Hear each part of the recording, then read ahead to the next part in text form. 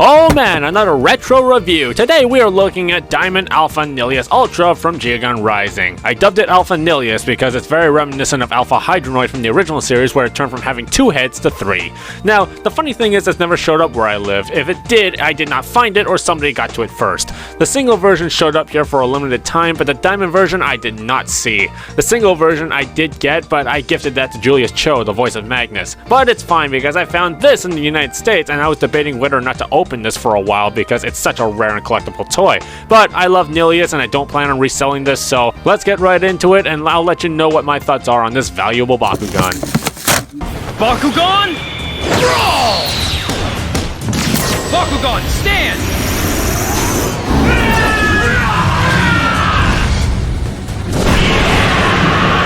So, opening the Bakugan up, you get 2 orange shield cores that are not compatible with Nillious at all, the gate card that I do not care about, and also a Diamond Nillious Evo and the character card. The reason why the orange shields are not compatible with Nillious is because none of the bonus power is for Darkest, which is the faction Nillious is in. So, that is the only pet peeve with this product, but overall, this is probably one of the best products that Bakugan has put out.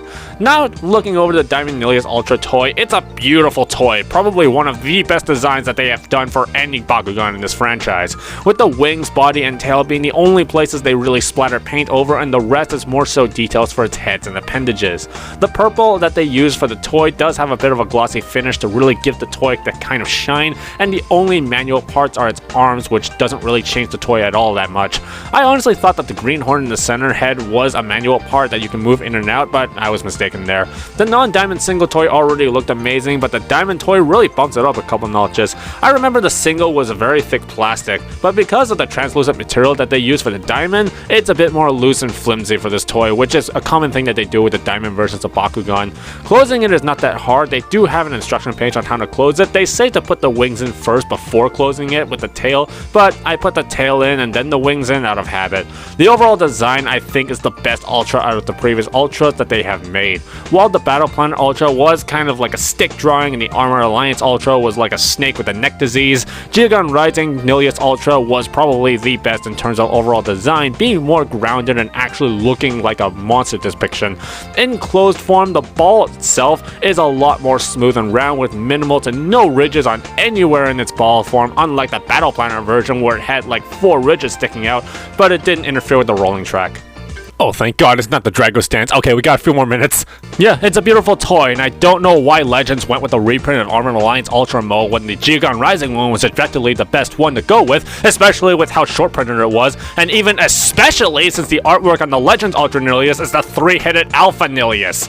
Rolling it actually is a bit more harder since the ball form is a lot more smooth and round than the other Ultras, but overall it's a pretty good experience. A lot of the times when I roll it, Nillious will jump forward and stand upright, and because of the magnet being very strong on its tail, he more than likely will double core on the top and bottom part of its tail. Nillious Ultra actually retains the trick where if you roll him backwards, it can land upside down and the strong magnet can actually help you double core. But one of the funny things I found when rolling this toy is if you give it enough force, he will actually do a headstand when he opens.